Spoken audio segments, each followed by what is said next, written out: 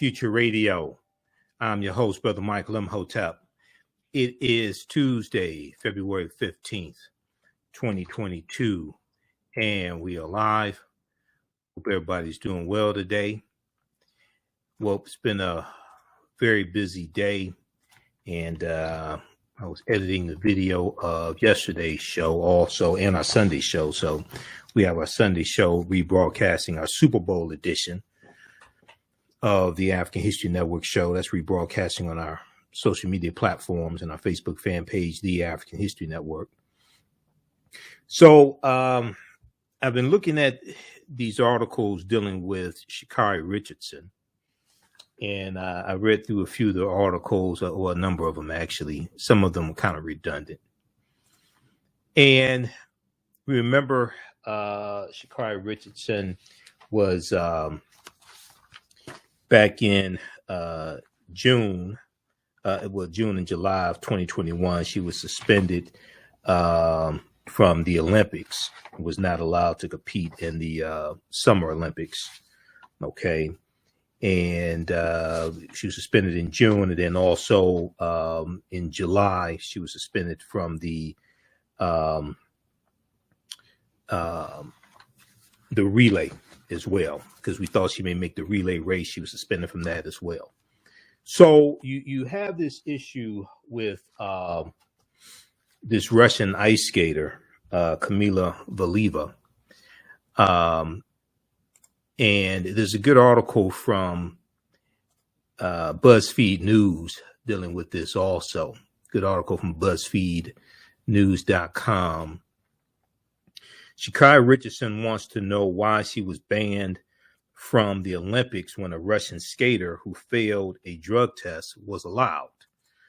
So I looked at a number of different articles dealing with this, and there's a really good one, from thegrill.com also by Deron Snyder that really gets at the salient points on this.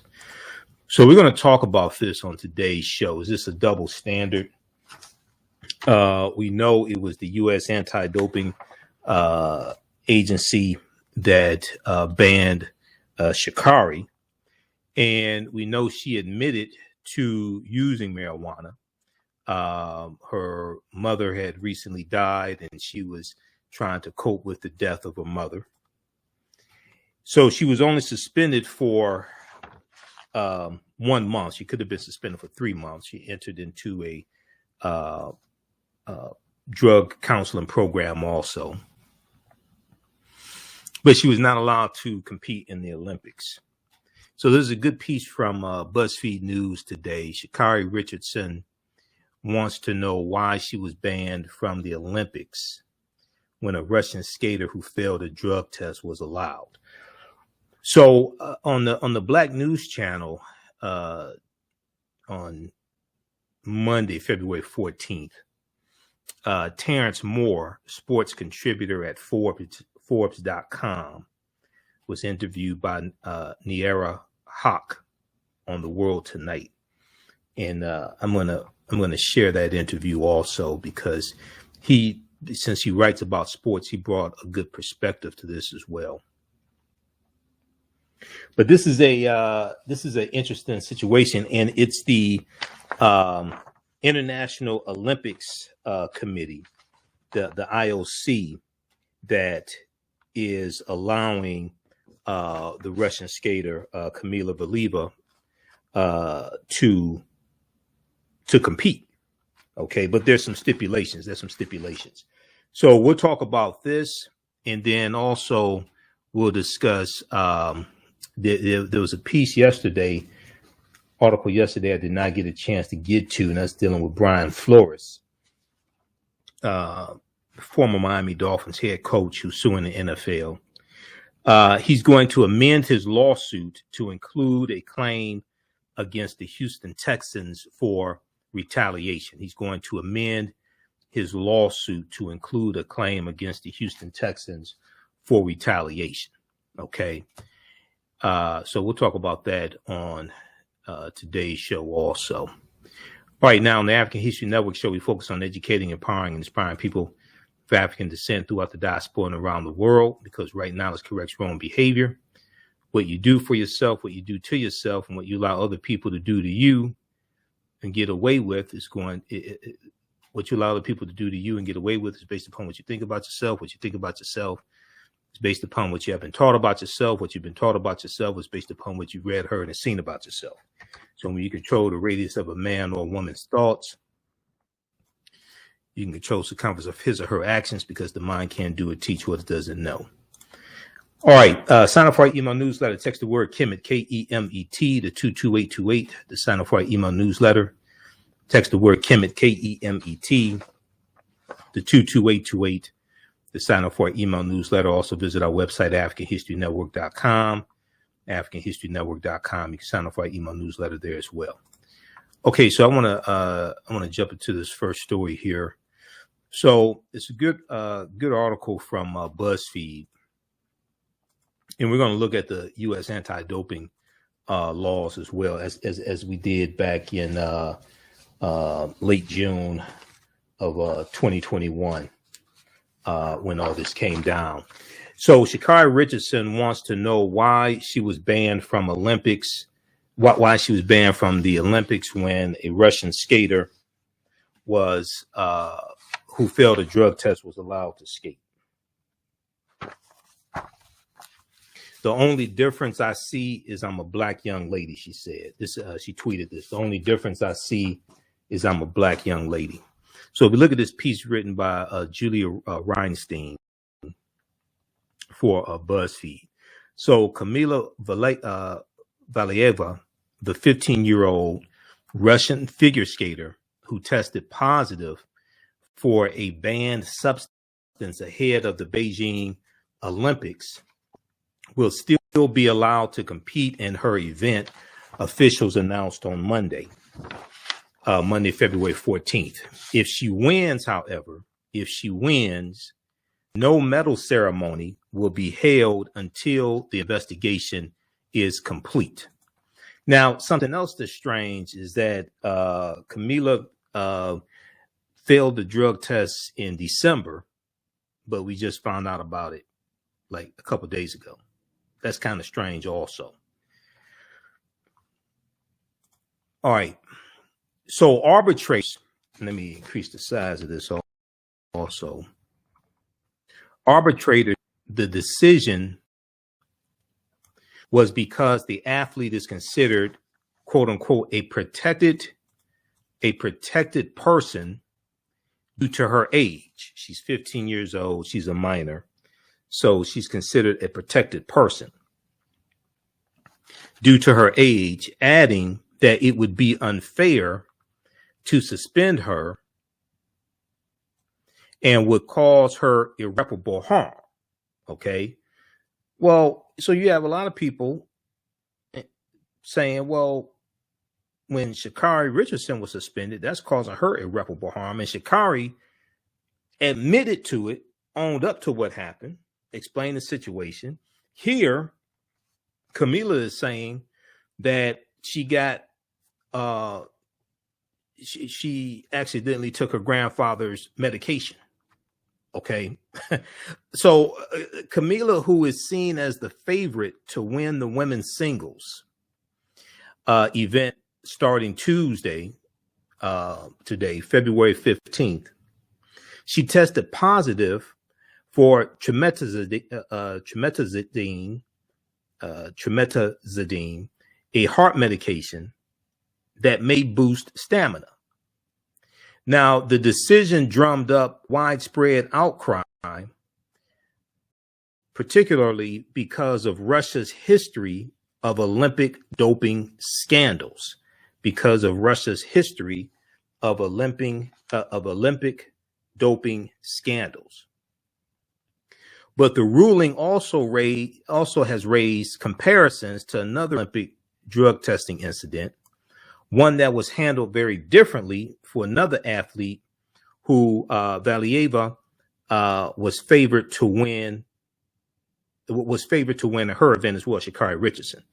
So in July 2021, U.S. track star Sha'Carri Richardson was disqualified from the 100-meter race at the Tokyo Olympics, as we all remember, and faced a 1-month ban after testing positive for cannabis. The 21-year-old athlete said she used it to cope with her mother's death. So her biological mother had recently passed away. She found out from a reporter that her biological mother passed away. She wasn't raised by her biological mother, okay? She was raised by her grandmother. So she was coping with all of this, so she smoked marijuana, all right? Now, when we come back from the break, also, we're going to look at the U.S. Anti-Doping Agency's rules when it comes to cannabis. Listen to the African History Network show. I'm Michael Imhotep. We'll be back in a few minutes. STEM Forward, helping our community find their place in the emerging fields of science, technology, engineering, and mathematics. Join us for our monthly live stream on our website, stemforwardedu.org. Watch, subscribe, share. Also join our mailing list to stay up to date with STEM resources and opportunities. STEM Forward, the future is now. Watch, subscribe, share.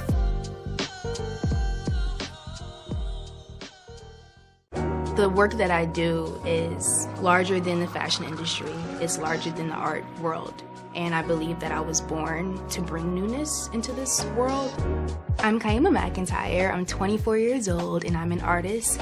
I create everything from paintings to jewelry design, metaphysical jewelry to be specific, and fashion design. The only reason why my prom dress went viral is because people needed it. Within a few days of going viral, Notori Naughton reached out to me and she's like, I saw your dress, can you make me a dress? I was equally as shocked to be asked by a celebrity to design their dress at the age of 17. That's just one person, and the list just continues to go on to Janet Jackson, to Tyra Banks. It really hits home. That means that the discussion is happening on the grounds in real time. Welcome back to the African History Network show right here on 910 AM, the Superstation, the Future Radio. I'm your host, Brother Michael Imhotep. It is Tuesday, February 15th, 2022, and we are live. You can still register for the online classes I teach on Saturdays and Sundays. On Saturdays, it is Ancient Kemet, the Moors, and the Maafa, Understanding the Transatlantic Slave Trade, what they didn't teach you in school. We deal with thousands of years of history and what leads up to the transatlantic slave trade taking place. This is a 10-week online course that I teach. We had a great session this past weekend.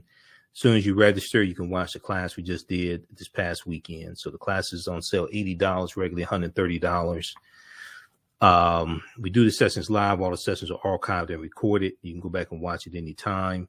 So a year from now, if you want to go back and watch the class in its entirety, you can do that.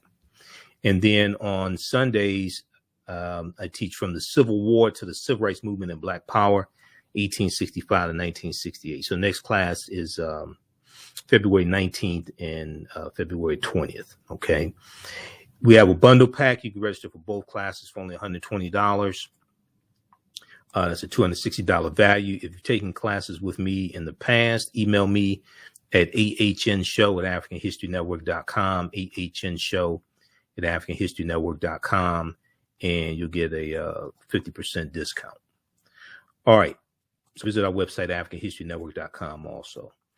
Okay, let's continue. We're going to clip one here in just a second, Shakita. Okay, so right before the break, we were looking at this piece from BuzzFeed News. So I looked at a number of different articles on this because I saw headlines of different articles, and I was thinking about dealing with this topic on yesterday's show, but it required a lot more research.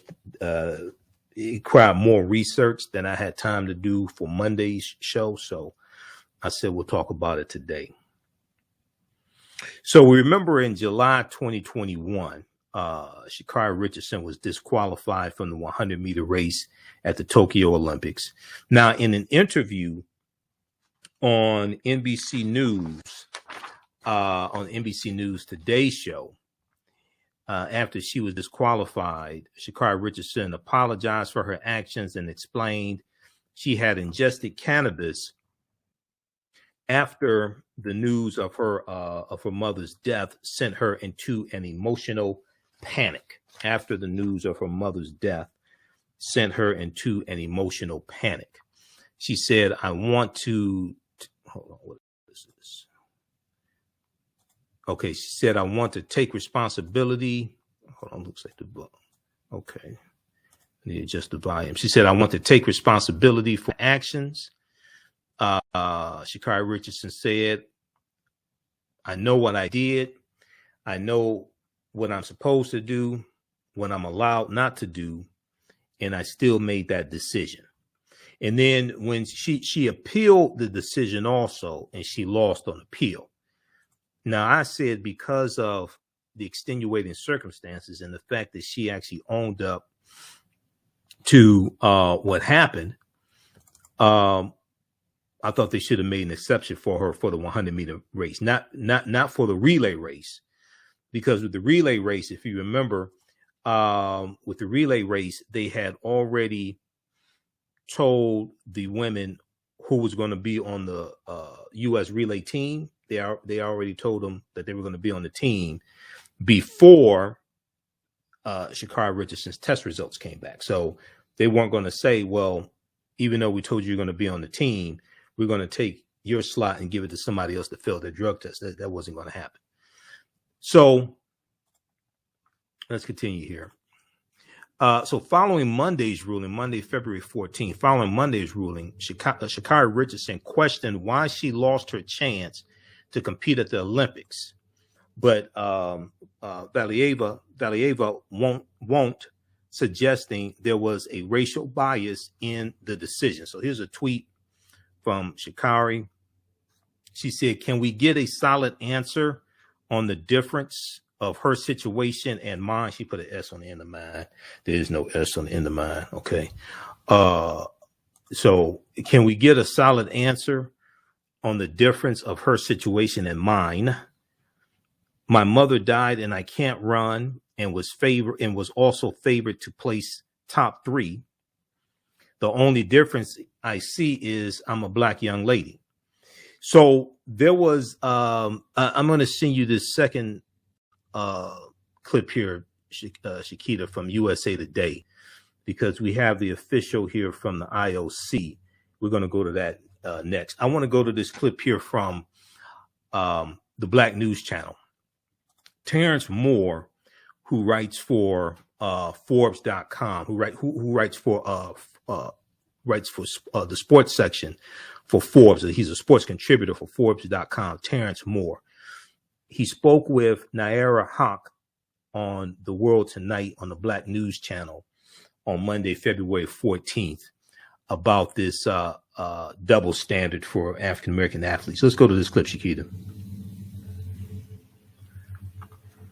A doping controversy at the Olympic Games has folks up in arms back here in the United States.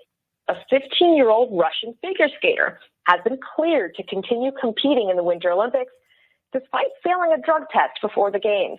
Now that means Kamila Valieva, the favorite for the gold medal, will be able to compete in the short program of the women's singles competition tomorrow. She's already helped Russia win gold in the team event for figure skating. That's before her failed test became known. She was immediately suspended, but challenged the ban and won. Well, that doesn't sit well with Sha'Carri Richardson, the American track star who won last year's Olympic trials in the 100-meter dash.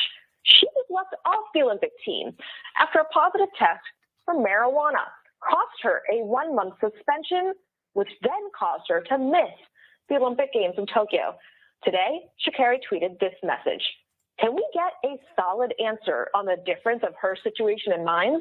My mother died, and I can't run. I was also favored to place top 3. The only difference I see is I'm a black young lady. Well, as for Kamila Valieva, the International Olympic Committee now says the case against her is ongoing, which means the medals she and her team won are on hold. And if she wins again tomorrow, the validity of that medal will also be determined later. Joining us now to unpack all of this is Terrence Moore. He's a sports contributor at Forbes.com. Terrence, let's start first with what's going on with the Russian figure skaters. 15 years old. The team's already under a lot of controversy. How is it that she can move forward, but no one's going to get a medal? Okay, I mean, you got two things going on here. First of all, you've got the International Olympic Committee, otherwise known as the AIOC, which is one of the most corrupt entities on the face of the earth. Okay? The second bucket here is the racism that we're seeing come flying out of the closet, not only nationally here, but also internationally across the country. And it's equal parts both. I mean, let's start with the International Olympic Committee. Why are these games in Russia, or in China, I should say? I mean, China, with all the human rights abuses they have and the Taiwan situation there, well, I'll tell you why. It's because of money. The IOC is all about money. Just 8 years ago, they had the Olympics in, wait for it, in Russia, the Winter Olympics. So you've got all that going against them.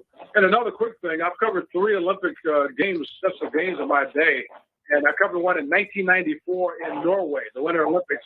And that was the famous one with Tanya Harding and Nancy Kerrigan, right? That's when Tanya Harding admitted to hiring somebody to try to whack Nancy Kerrigan, at least in the knees, and did harm to her. Yet, the International Olympic Committee allowed Tanya Harding to compete in the Olympics.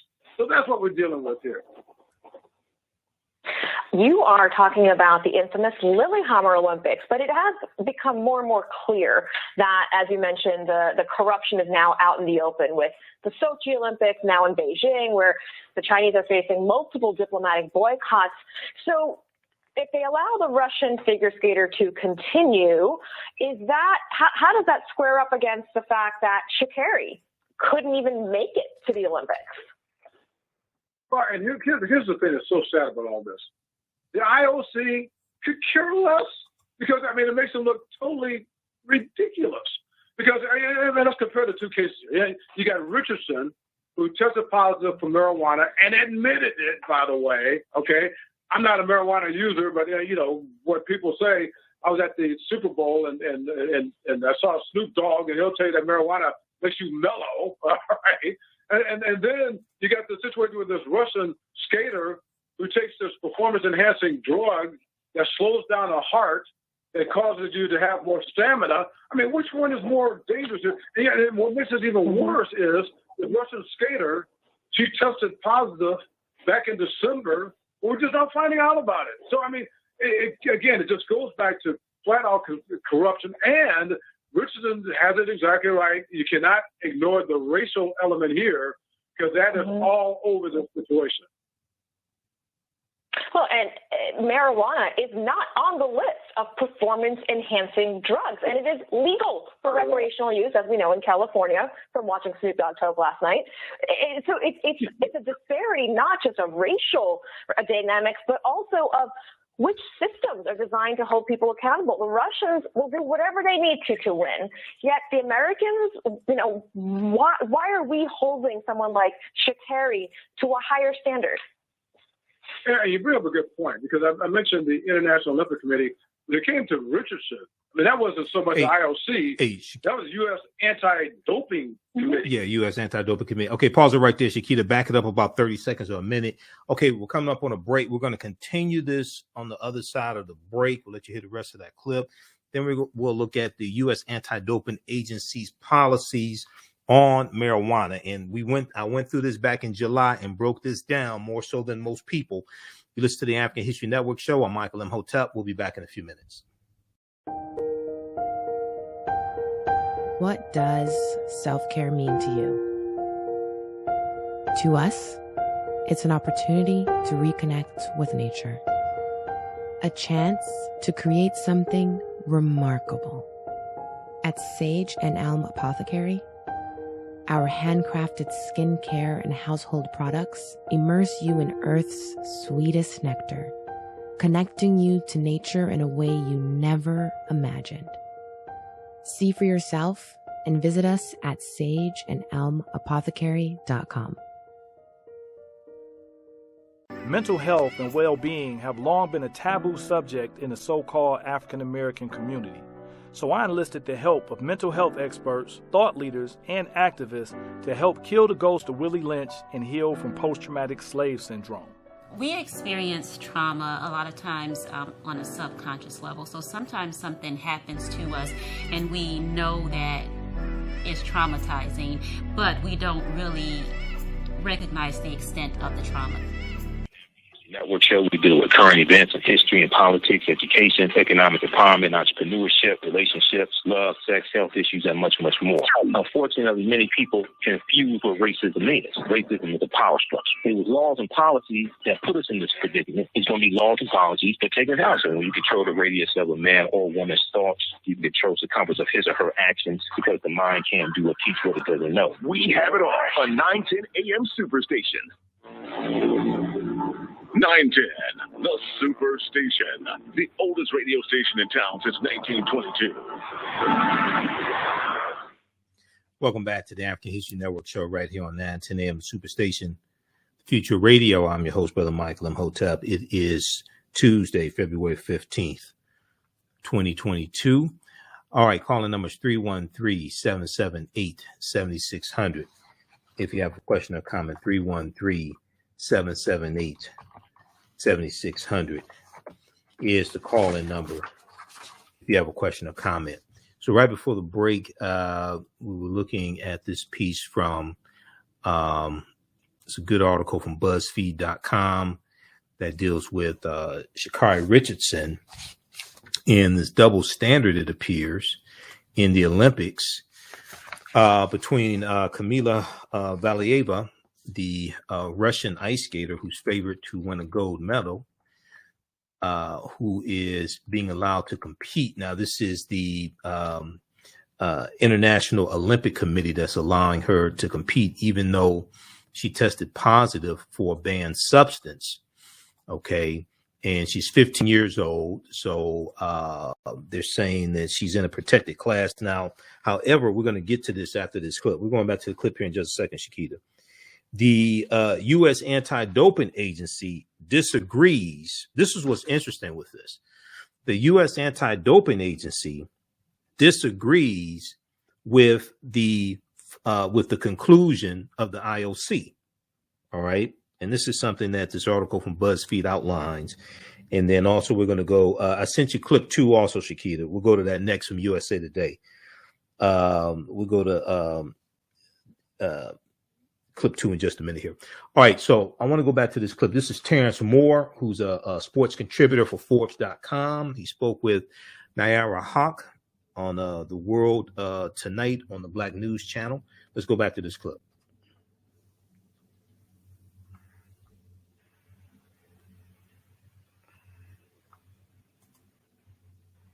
Holding someone like Sha'Carri to a higher standard.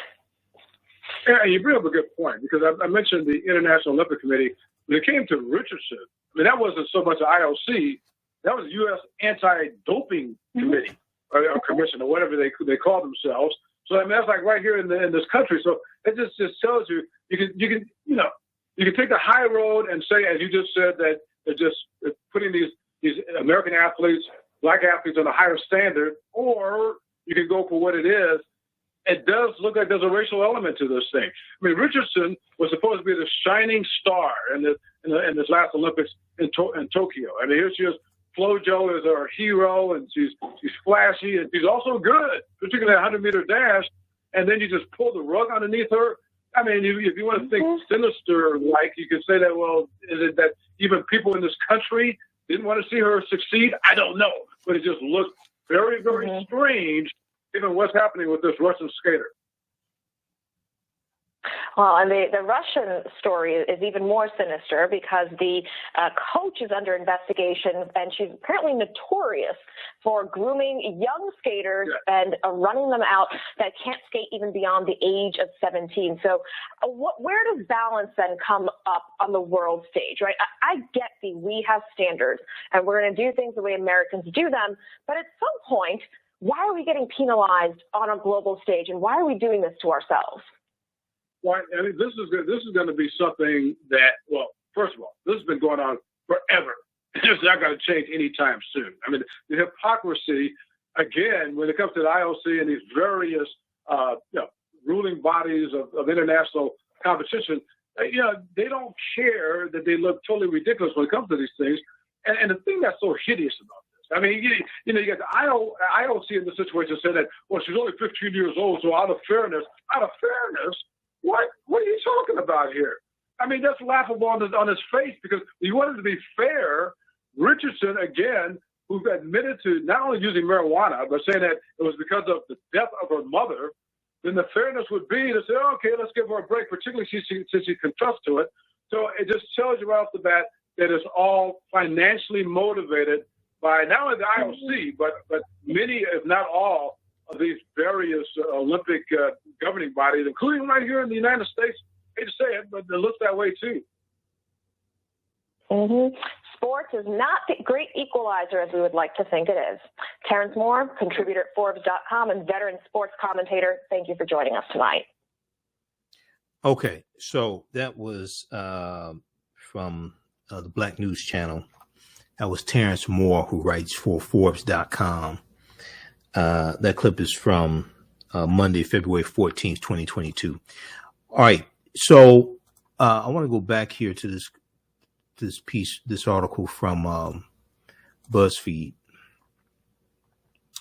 Okay, that's not the one I want. I want this one here from BuzzFeed. Let me go back to this.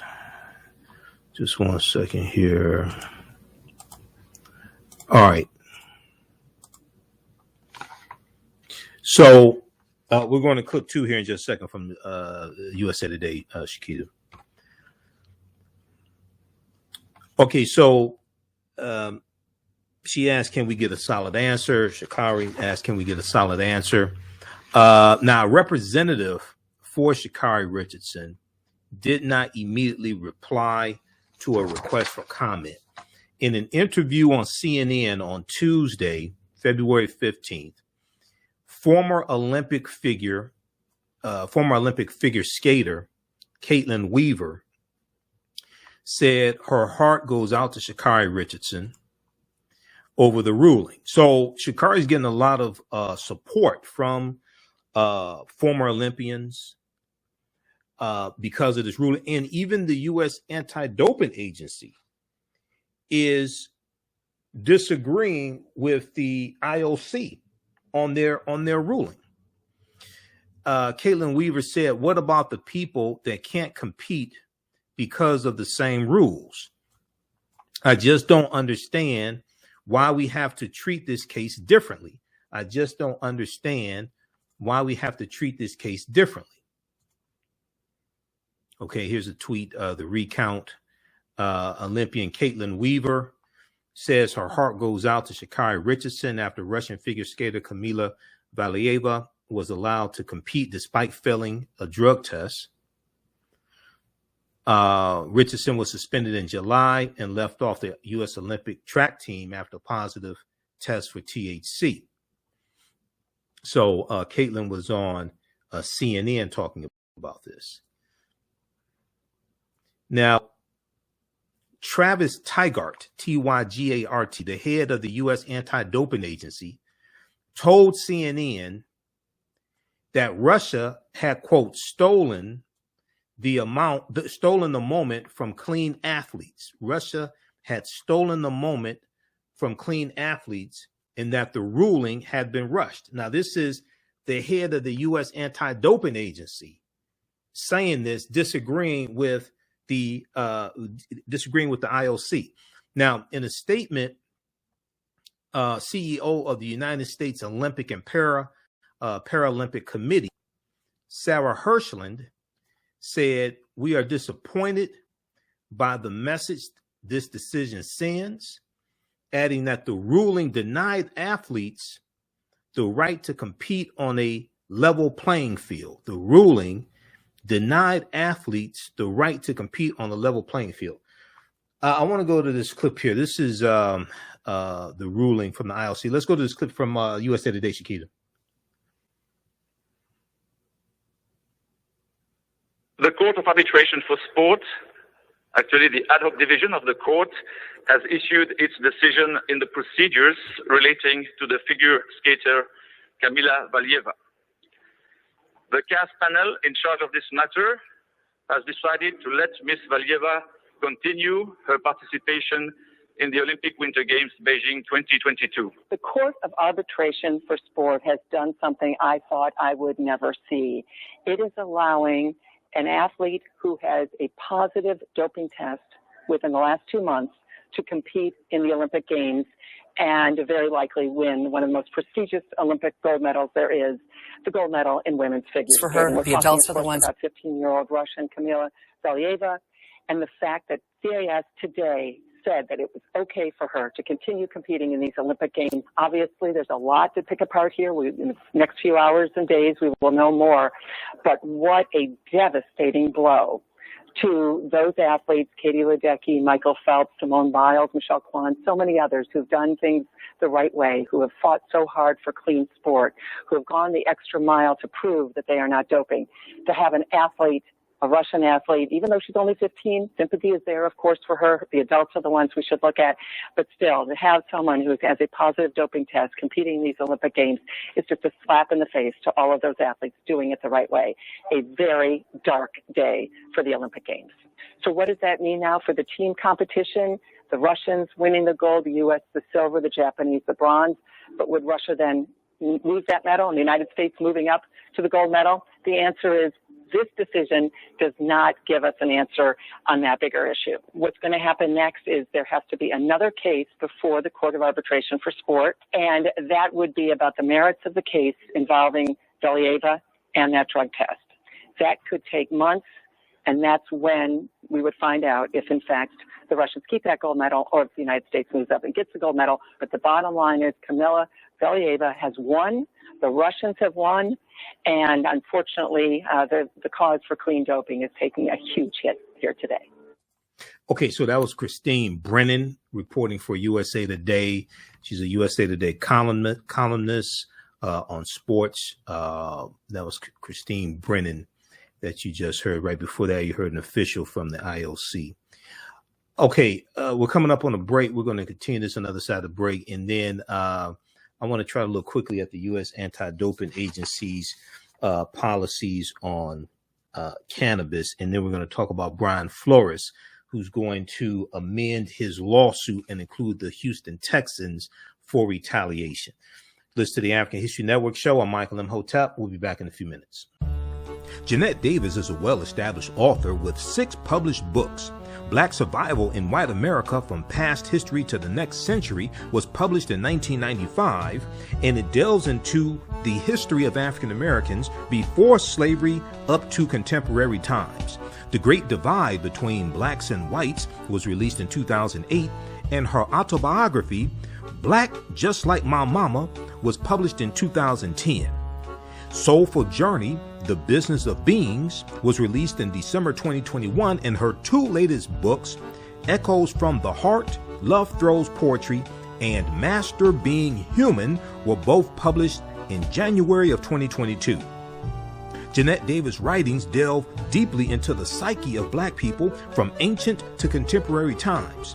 She cuts no corners and leaves no stones unturned in relating truth, letting the chips fall where they may on both African and European doorsteps. Order Jeanette Davis's books today at Amazon.com. Search for Jeanette Davis and get to know her work today. The work that I do is larger than the fashion industry. It's larger than the art world. And I believe that I was born to bring newness into this world. I'm Kaima McIntyre. I'm 24 years old and I'm an artist. I create everything from paintings to jewelry design, metaphysical jewelry to be specific, and fashion design. The only reason why my prom dress went viral is because people needed it. Within a few days of going viral, Notori Naughton reached out to me and she's like, I saw your dress, can you make me a dress? I was equally as shocked to be asked by a celebrity to design their dress at the age of 17. That's just one person, and the list just continues to go on to Janet Jackson, to Tyra Banks. It really hits home. That means that the discussion is happening on the grounds in real time. Welcome back to the African History Network show right here on 910 AM, Superstation Future Radio. I'm your host, Brother Michael Imhotep. All right. I want to go back to this article here from BuzzFeed News. And then I want to look quickly at the U.S. Anti-Doping Agency's policies on marijuana. Okay. Okay. So she tweeted, THC is definitely not a performance enhancer. It can be. We're going to talk about that in just a second. It can be. And I dealt with this back in July when she was suspended. She recalled how her drug test results were posted within a week and my name and my talent were slaughtered. Yeah. Now, while we're just finding out about Kamila's drug test, and she took it in December, that's strange. Okay. She took it in December, and this is February 15th. Okay. So let me back up here. All right. So we got that. Now, okay. In a statement, CEO of the United States Olympic Paralympic Committee, Sarah Hirshland, said, "We are disappointed by the message this decision sends," adding that the ruling denied athletes the right to compete on a level playing field. This appears to be another chapter in the systemic and pervasive disregard for clean sport by Russia, she said. And here's a statement here. Okay. Athletes have the right to know they are competing on a level playing field. Unfortunately, today, the right has been denied.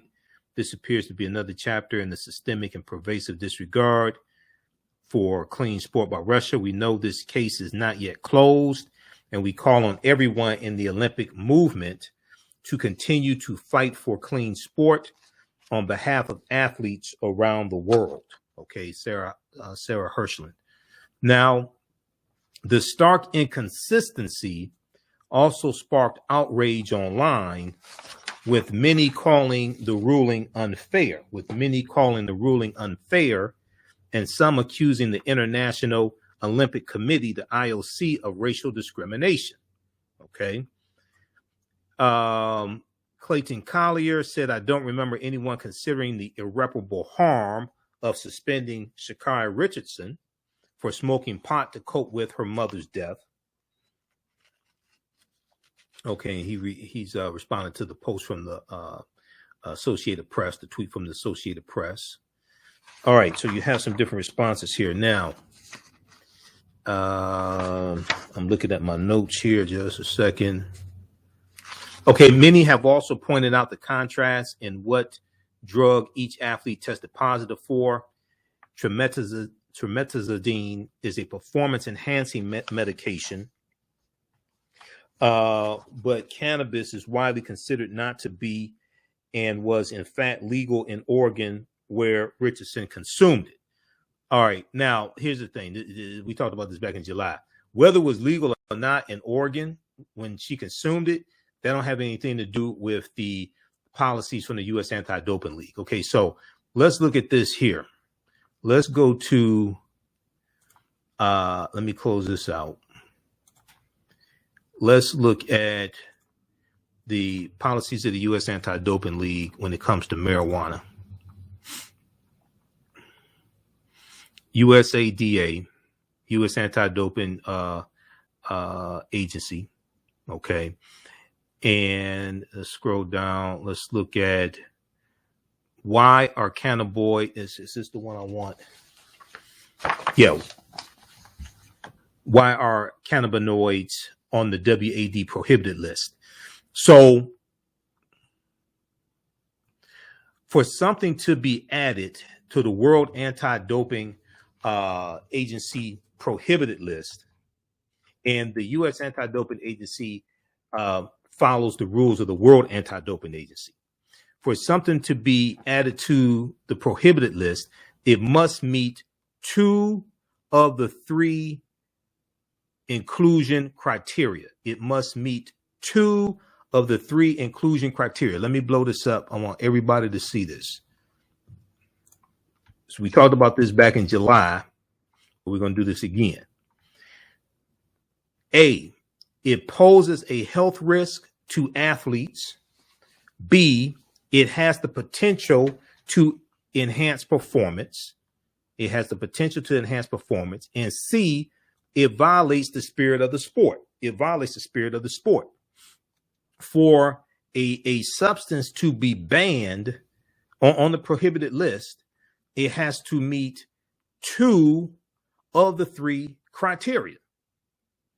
Now, with marijuana, it's not necessarily looked at as a potential performance enhancer, although it can be, and the U.S. Anti-Doping Association recognizes it can be, because if somebody suffers from anxiety before competition, marijuana will calm them down and allow them to perform better. And when you actually read the policy, and I went through and read this back in July, it says for some athletes, depending upon the competition, it can be a performance enhancer. Now, in 2011, the World Anti-Doping Agency published a paper in Sports Medicine discussing the reasons marijuana and cannabinoids meet the criteria. Below are excerpts from this publication that address the 3 criteria. 1, athletes who smoke cannabis or spice in competition potentially endanger themselves and others because of increased risk taking, slower reaction times, and poor poor executive function or decision making. Okay, so depending upon the competition, it can be an increase in the danger to others. 2, based on current animal and human studies, as well as on interviews with athletes and information from the field, cannabis can be performance enhancing. Cannabis can be performance enhancing for some athletes and sports disciplines. 3, use of illicit drugs that are harmful to health and that may have performance enhancing properties is not consistent with the athlete as a role model for young people around the world. Now, you have people say, well, they need to update the rules. Okay, that's true, but the rules are the rules. I mean, that's what it is.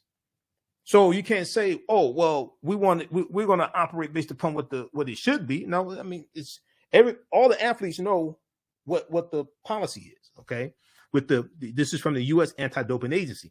Now, the U.S. Anti-Doping Agency disagrees with the decision from the IOC. All right. Okay. Read the article from Sporting News had a good piece, and we talked about this back in July. This is how Sha'Carri Richardson's Olympic suspension differs from Michael Phelps' 2009 suspension. This is from July 5th, 2021. Okay. And this goes through and breaks it all down, because I went through and read all the policies from the U.S. Anti-Doping Agency back in July to understand their policies on marijuana before I got on the air and started talking about it. Those watching on Facebook and YouTube, keep watching. Right now, it's correct wrong behavior is not over till we win Wakanda forever. We'll talk to you tomorrow. Peace. All right, stand by. Okay, let me disconnect this call. Okay, let's keep going. All right, so in this article here from Sporting News, they go through, they have the link to the piece from the U.S. Anti-Doping Agency, so you can actually read the policies. They have this section here. What is the Olympic policy on cannabis? What is the Olympic policy on cannabis? And you click right here, click on this link. It takes you to the U.S. Anti-Doping Agency.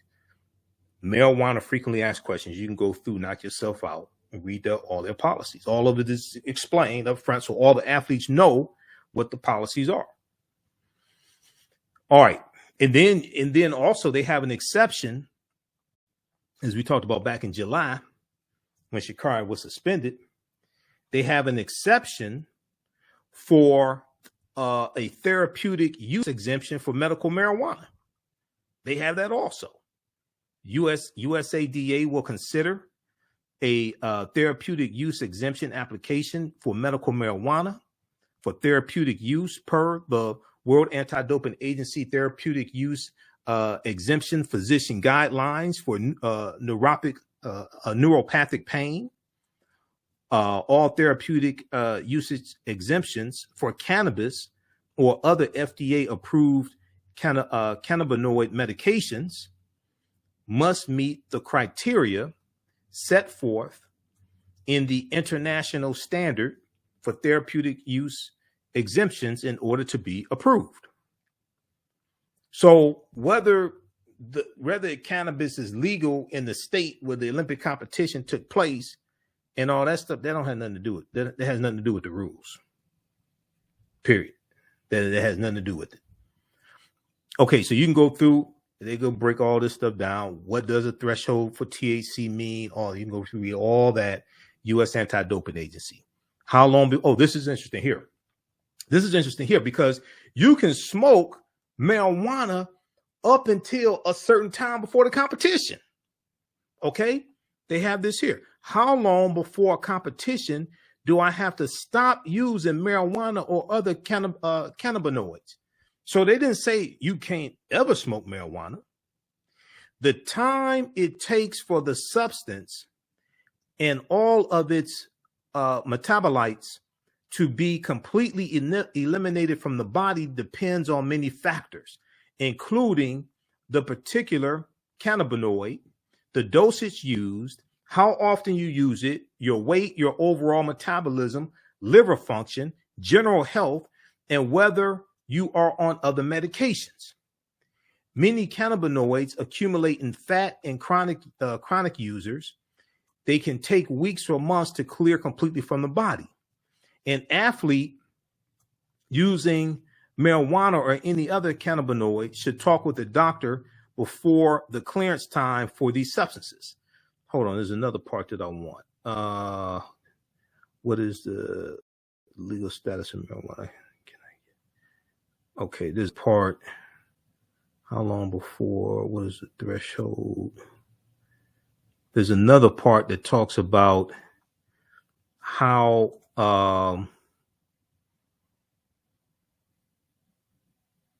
even though it is permitted at all times, the article explains the legal.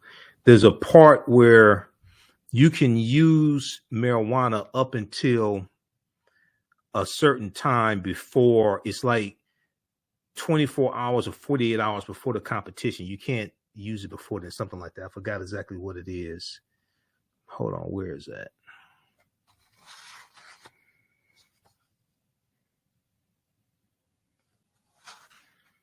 I think that sheesh marijuana prohibited forms of cannabis while noting WAD. Let me see if it's click on the question.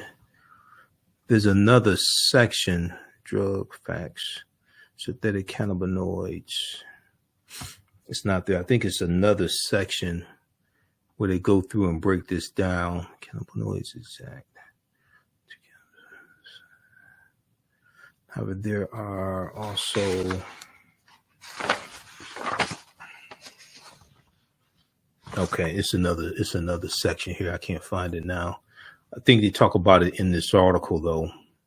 Because when I was going back researching this back in July, I was like, wow, okay, so you can use it up until a certain time before the competition. The minimum suspension, okay, for athlete. Let me see, is it in here?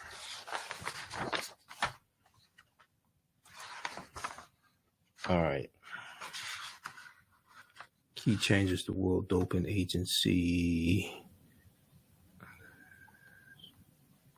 I think this is it right here. In competition period, under the 2021 rules. Let me see if this is up on the screen. Okay, hold on.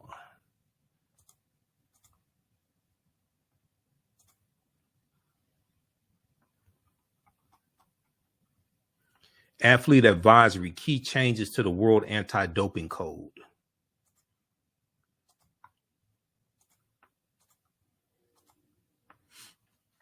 Athlete advisory, key changes to the World Anti-Doping Code. November 18th, 2020. In competition period.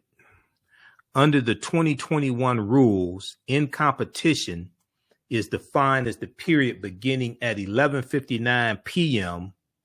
on the day before competition in which the athlete is scheduled to participate through the end of the competition and the sample collection process related to the competition. Under the 2021 rules, in competition, IN, is defined as the period beginning at 11:59 p.m., so right before midnight, 11:59 p.m. on the day before competition in which the athlete is scheduled to participate through the end of the competition and the sample collection process related to the competition.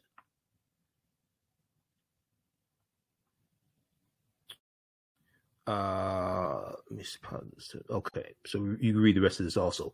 This is in another section. This is from the U.S. Anti-Doping Agency.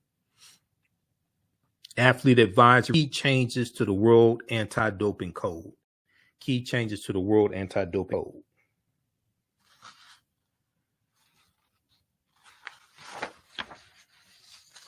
All right. I'm just looking at my notes here because I made notes here on this article.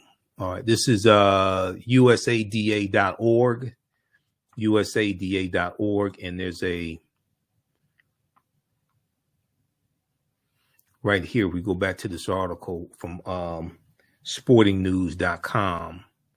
This is why you have to know. This is why you really have to understand the rules and policies in these competitions to understand what's permitted and what's not permitted, generally speaking.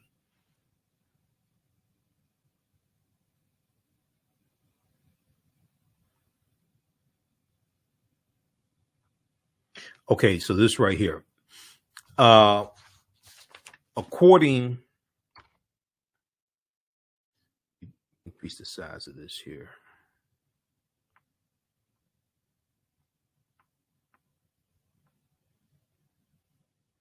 According to the U.S. Anti-Doping Agency, marijuana is prohibited by the World Anti-Doping Agency, a foundation created by the International Olympic Committee, the IOC.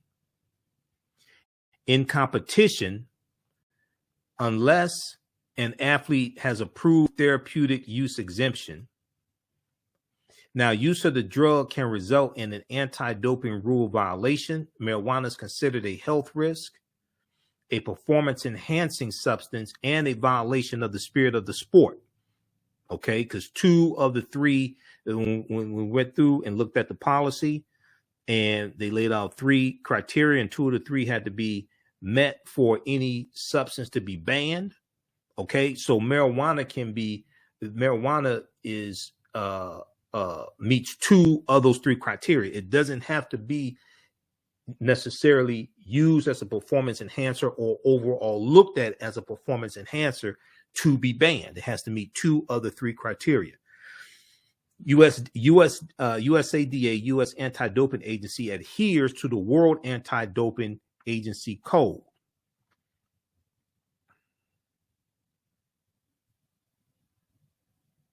Now, where is it? Where's right? Okay, this right here. U.S.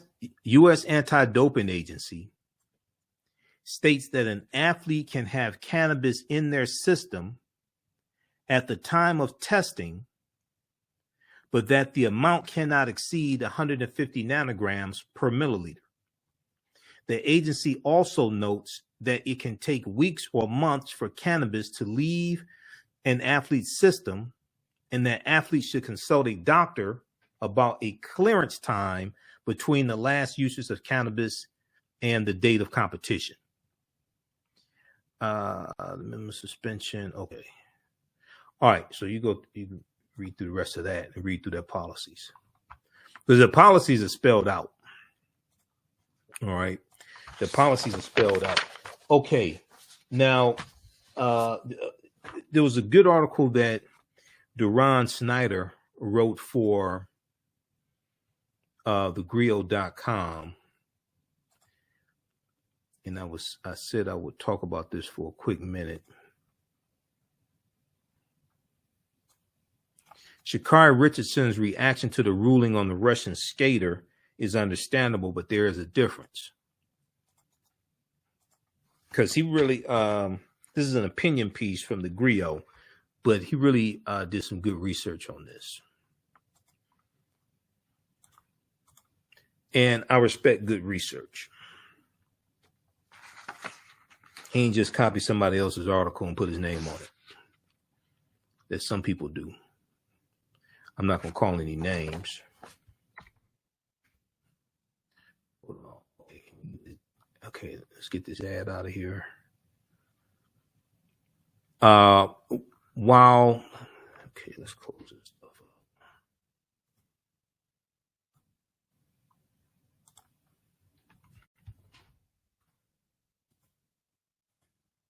up. Okay, we can't close this out.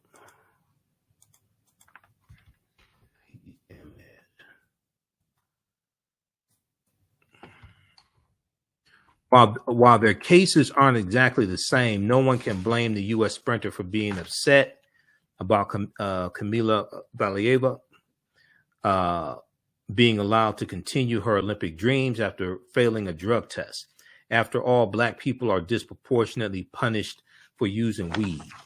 That's one of the things he talks about here in this piece. And he goes and he cites statistics from the ACLU. I can't close out this ad.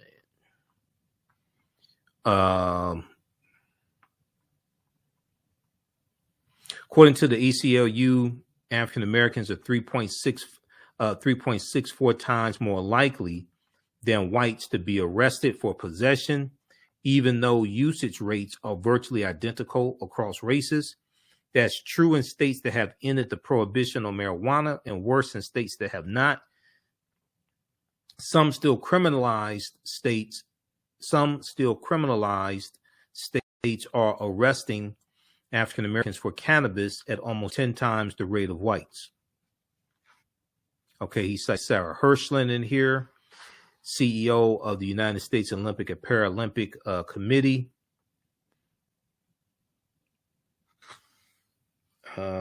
World Anti-Doping Association strongly disagreed with the interpretation. So here's something that's interesting.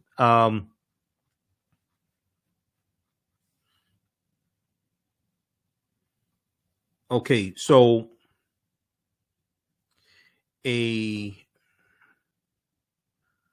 what is this? CAS.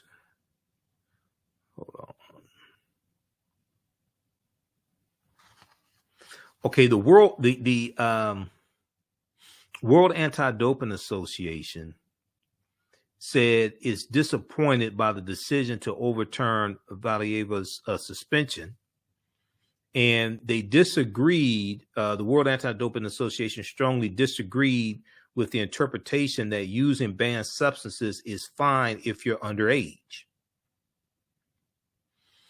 The International Olympic Committee said there'll be no medal ceremonies for events that put Valieva on the podium, and she still might be stripped of medals at a later date. She still might be stripped of medals at a later date. The ruling is especially confounding based on Russia's history as a blatant cheater.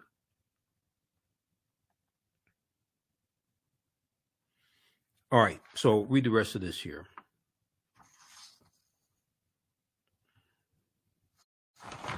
Hopefully you can get the ad to go away. This is from thegrio.com. Sha'Carri Richardson's reaction to the ruling on the Russian skater is understandable, but there is a difference. This is from February 15, 2022, from thegrio.com. I like the Griot, but not for the purposes of this show because they have all these damn ads. Okay, I want to go to, we did not get a chance to get to this story last night. We talked about the piece from Rolling Stone. There was an interview with Brian Flores. So check this one out. And it was an interview with Brian Flores and 3 NFL players, and one of them is a retired NFL player, and they were talking about solutions to the NFL's problem. And Brian Flores said, number one is ownership. Okay. So we talked about this on yesterday's show. We didn't get a chance to get deep into it, but read this one here. It's a good piece by Sean Harper for Rolling Stone. Okay, can I close this out? Because I ain't going to subscribe. I have enough subscriptions as it is. I can't keep up with the subscriptions I have. Oh, come on. Okay, so read this one. Because they want me to hold that out. All right. Number one is black ownership, Brian Flores, on how to fix the NFL's diversity problem. Okay. I have like about 10 subscriptions to different news outlets. So I'm not going to get one to Rolling Stone. Okay, I literally have 10. Atlanta Journal-Constitution, Washington Post, New York Times, Bloomberg, Reuters, Miami Herald. So it's a bunch of them. Now, the article that I want to look at is, we did not get a chance to get to this yesterday. This is from NBC Sports. Let me close this out. This is from NBC Sports. And this is Brian Flores will amend his lawsuit to include a claim against the Texans for retaliation. And let's pull this one up here.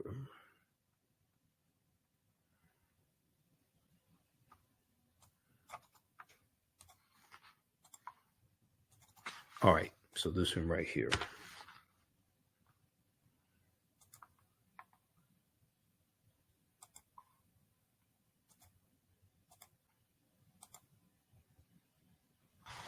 Increase the size of this. So this is good news. We know that Lovie Smith got the job for the Houston Texans. Now this piece is from February 13th.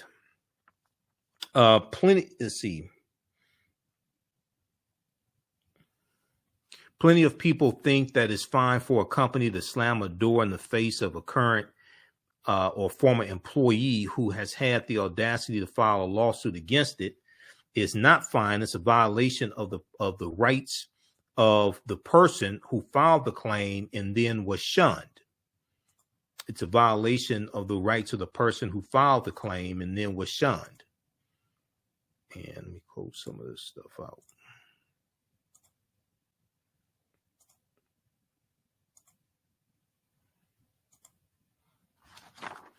Now, it's a point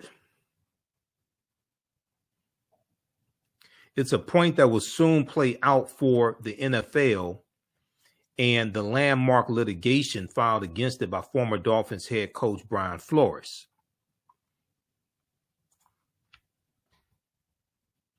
In addition to the pending claims against the league, the Dolphins, the Broncos, and the Giants, a source with knowledge of the situation tells Pro Football Talk for NBC News, NBC Sports, that the case will be amended to state a retaliation claim against the Houston Texans for failing to hire Brian Flores. Obviously, the Texans will never admit that they passed over Flores for an illegal reason. Rarely, if ever, does an employer confess to improper motivations for employment decisions.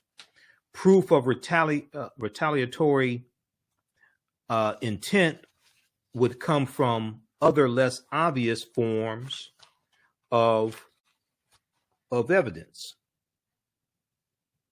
Come from other less obvious forms of evidence. Okay, we didn't get a chance to talk about this other one yesterday either.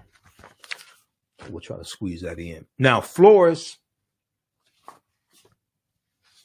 was one of the 3 finalists for the job. Then the job went to Lovie Smith.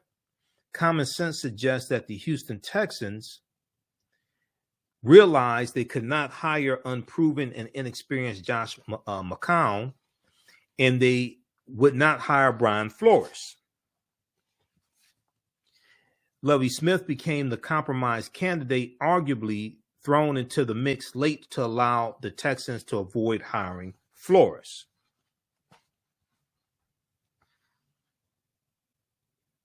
Cases like this are proven through a careful review of documents such as emails and text messages. Also, key witnesses will be grilled aggressively during depositions in an effort to test their stories and ideally from Brian Flores' perspective to blow holes in them. Okay, so we'll keep an eye on that in that huge lawsuit. Now, CBS Sports had this article because we didn't get a chance to talk about this on our Super Bowl show. I had so much content. We didn't have a chance to get to this next article on our Super Bowl show. Dolphins Stephen Ross, owner of the Miami Dolphins, could lose team if tanking allegations are proven true. Okay. And so this goes into like fixing games, so to speak. Now, you're not betting on the games, but if we go back on Sunday's show during the Super Bowl, we talked about this piece here from NBC News. Sham interviews, mistaken Bill Belichick text, 6 takeaways from Brian Flores' lawsuit against the NFL. All right, and do I still have that piece up? Yeah, good. We still have that article up. This one right here.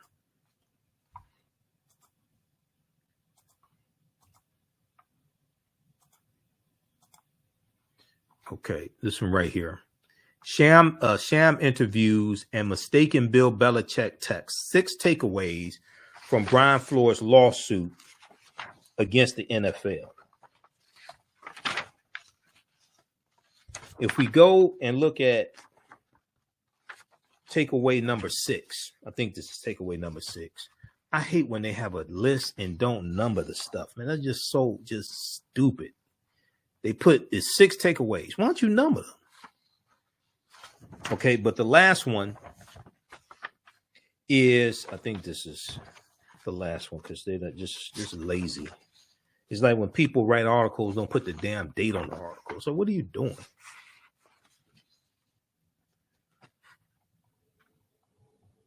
Okay, Flores said it was a sham interview. The interviewer held. Okay, this is 1.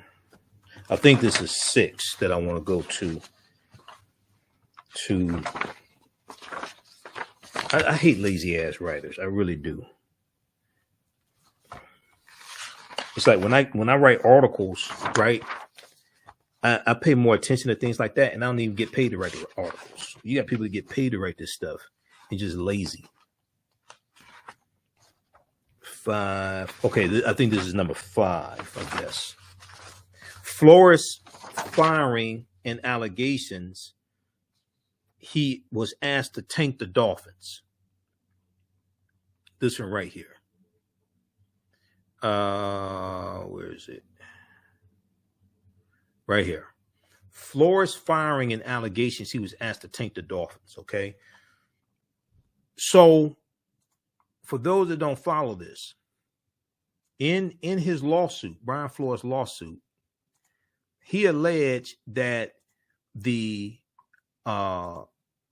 Stephen Ross, the owner of the Miami Dolphins, said he would pay him $100,000 for each game that he lost. And this was to they had a losing season. This was so they would get a higher draft pick in next year's NFL draft. And let me close some of this stuff out. Hold on. Where's that article? Okay, here we go. Okay, so Flores' lawsuit also accuses the Dolphins of demanding that he lose games, or what's called tanking. Okay, tanking games. The pro sports strategy makes winning a low priority so payroll can be kept to a minimum while a team can be rewarded with high choices in the college football draft that could lead to success in the future. Now, the owner of the Dolphins, Stephen Ross, wanted, according to the lawsuit, Stephen Ross says this is not true.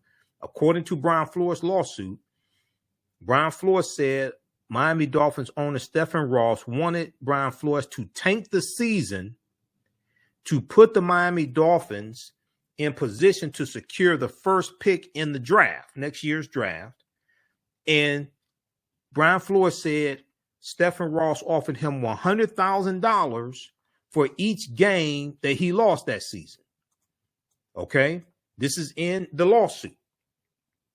Now, when the Dolphins started winning games, due in no small part to Brian Flores, because Brian Flores is the coach and he wants to win.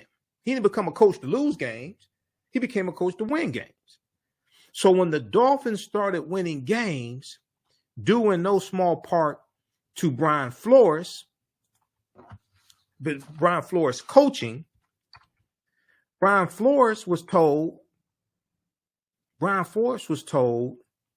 by the team's general manager, Chris Greer, that quote unquote Steve was mad that Brian Flores with Brian Flores' success in winning games that year, and that it was compromising the team's draft position, according to Brian Flores' lawsuit. So he's saying, wait a second. He starts winning games. The general manager tells him that the owner of the team is mad at him because you're winning games and you're jeopardizing them getting a high draft pick in next year's lottery. Stephen Ross also had asked Brian Flores in 2019 to, quote, recruit a prominent quarterback in violation of league tampering rules, end quote, which Brian Flores refused to do, the lawsuit says. Okay, so now this is, we talked about this article on Sunday show. This is from February 2nd, 2022. NBC News, sham interviews and mistaken Bill Belichick texts. 6 takeaways from Brian Flores' lawsuit against the NFL. Now, the piece that I did not get a chance to talk about on Sunday show or Monday show, for that matter, we had a jam-packed show Monday, is this one right here from CBS Sports. Brian Flores' lawsuit, Dolphins Stephen Ross could lose team if tanking allegations proven true, per report.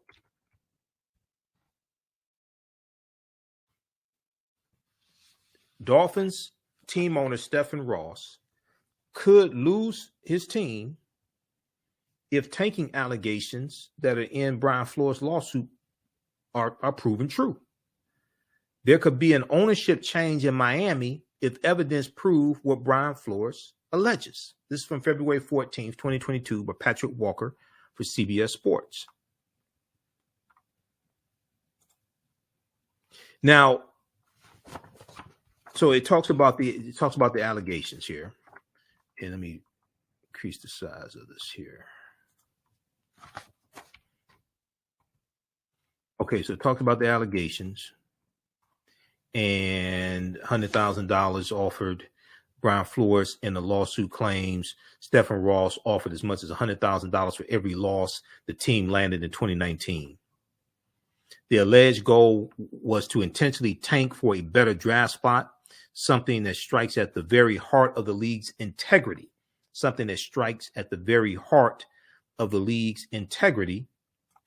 And after initially issuing a statement stating Brian Flores' allegations were without merit, NFL Commissioner Roger Goodell has since done an abrupt and definitive about-face. After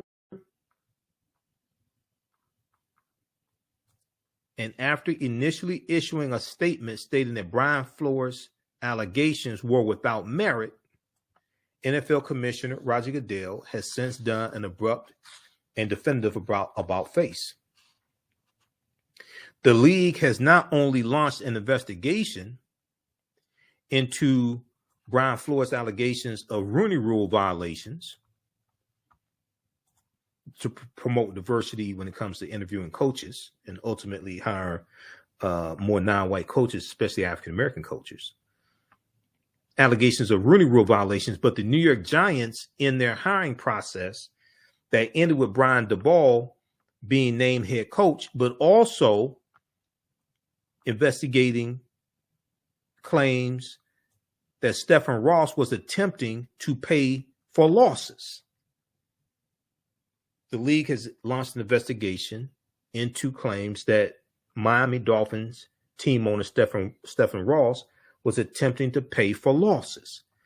It's a damning allegation that, if proven true, could result in extreme discipline up to and including Stephen Ross being forced out of the NFL by a vote of other team owners, per Ian Rappaport of the NFL Network.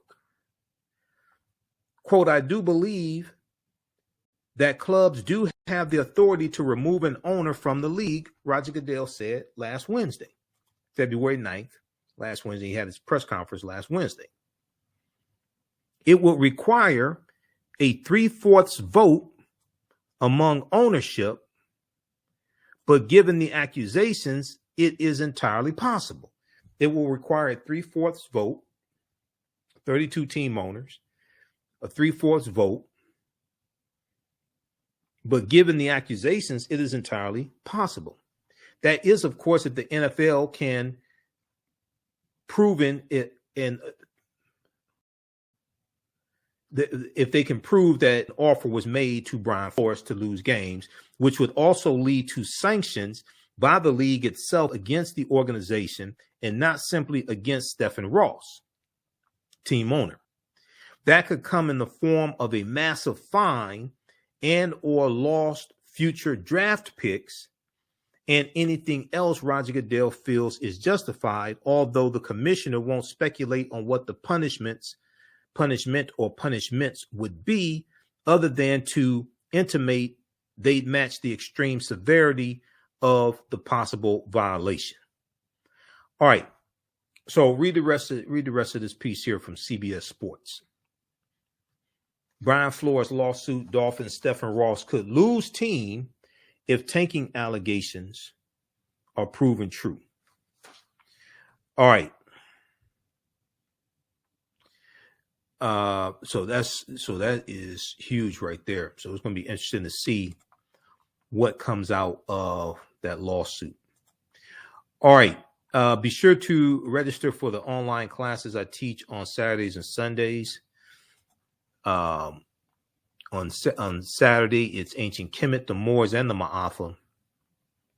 Understanding the transatlantic slave trade, what they didn't teach you in school.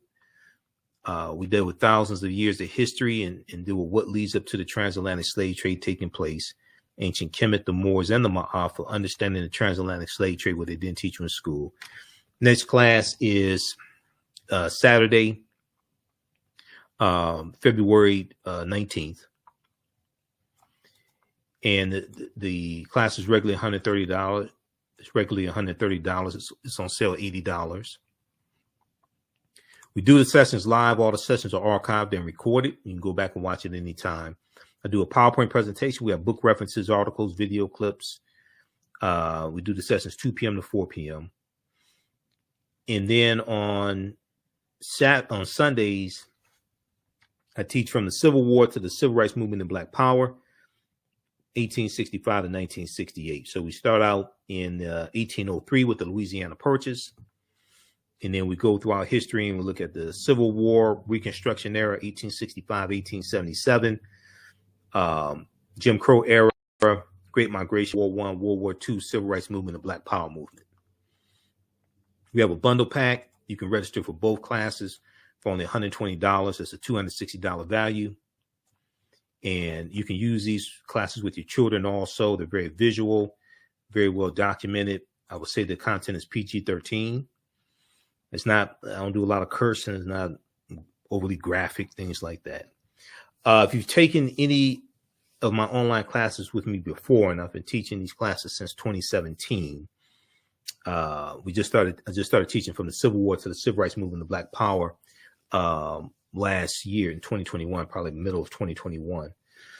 But understand the transatlantic slave trade, I've been teaching that on and off since 2017. If you've taken any of my online classes in the past, email me at TheAHNShow@AfricanHistoryNetwork.com, and you get 50% off the bundle pack. Okay. So returning students, you get 50% off.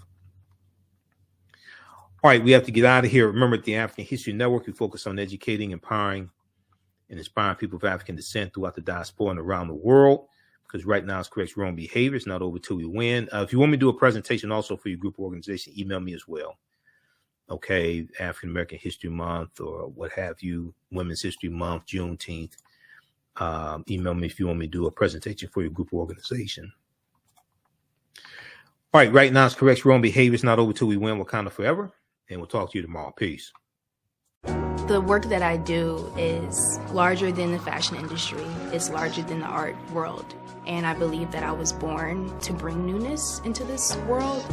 I'm Kaima McIntyre. I'm 24 years old and I'm an artist. I create everything from paintings to jewelry design, metaphysical jewelry to be specific, and fashion design. The only reason why my prom dress went viral is because people needed it. Within a few days of going viral, Notori Naughton reached out to me and she's like, I saw your dress, can you make me a dress? I was equally as shocked to be asked by a celebrity to design their dress at the age of 17. That's just one person, and the list just continues to go on, to Janet Jackson, to Tyra Banks. It really hits home. That means that the discussion is happening on the grounds in real time. Come and travel with me to a time long ago and place far away. You will experience high adventure and excitement. You are fighting alongside an ancient army in fierce battle. Feel the exhilaration of struggle and final conquest. My name is Maninkere, and I am both a prince and a priest in one of the most advanced civilizations humans have ever produced. I want you to ride with me in my chariot as I slay the barbarians who have come to invade my land. I invite you to sit at the conference table with the great Pharaoh Taharka and his ministers as they plan intrigue and use subterfuge to outmaneuver and defeat the enemy.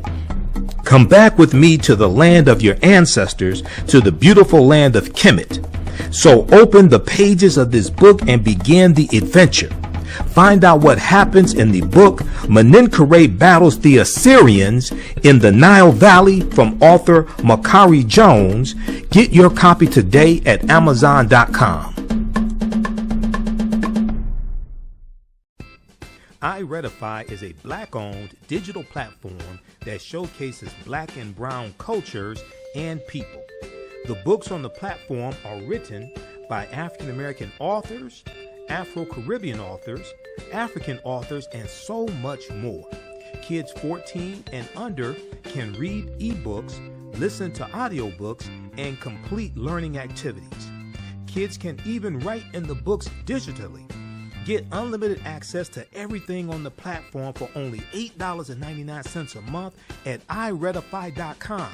Sign up for your membership today.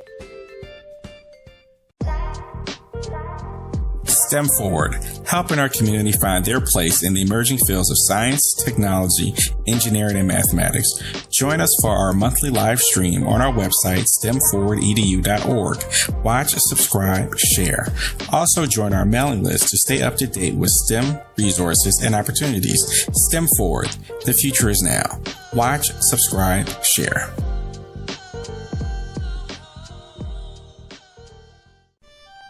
Abundant Capital Group is a real estate investment company with over 20 years of experience in real estate. They specialize in two areas of real estate.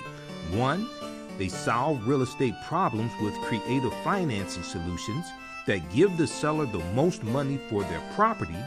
And two, they show individuals how to get a higher rate of return on their investment capital with real estate note investing.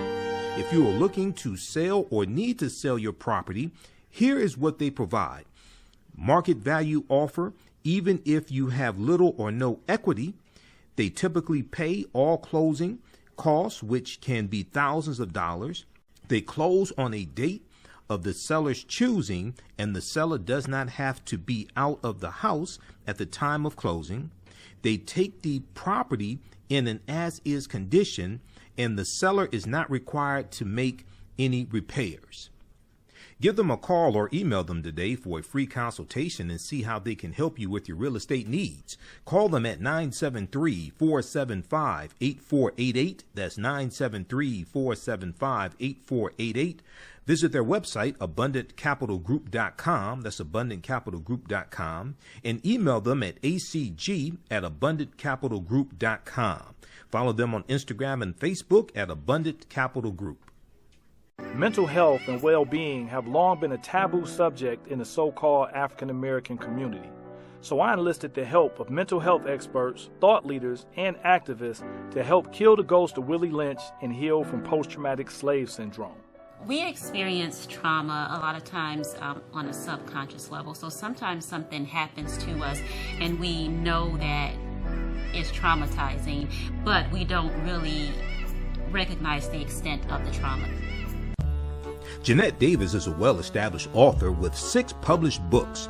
Black Survival in White America from Past History to the Next Century was published in 1995, and it delves into the history of African Americans before slavery up to contemporary times. The Great Divide Between Blacks and Whites was released in 2008, and her autobiography, Black Just Like My Mama, was published in 2010. Soulful Journey, The Business of Beings, was released in December 2021, and her 2 latest books, Echoes from the Heart, Love Throws Poetry, and Master Being Human, were both published in January of 2022.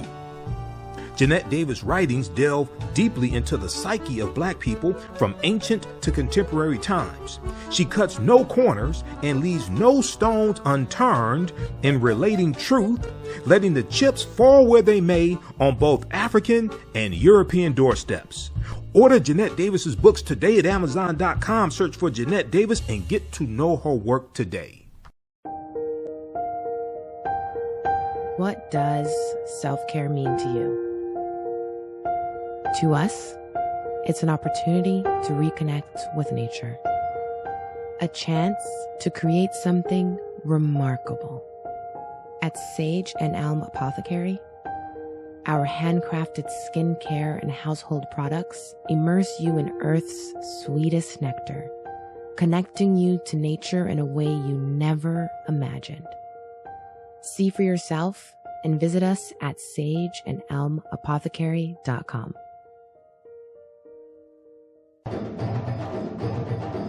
Soul in Motion, celebrating 38 years in the arts.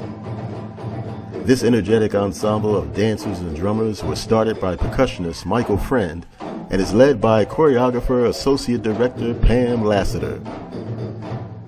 Based in the Washington, D.C. area, Soul in Motion is now accepting bookings for Black History Month, Juneteenth, and summer festivals in 2022.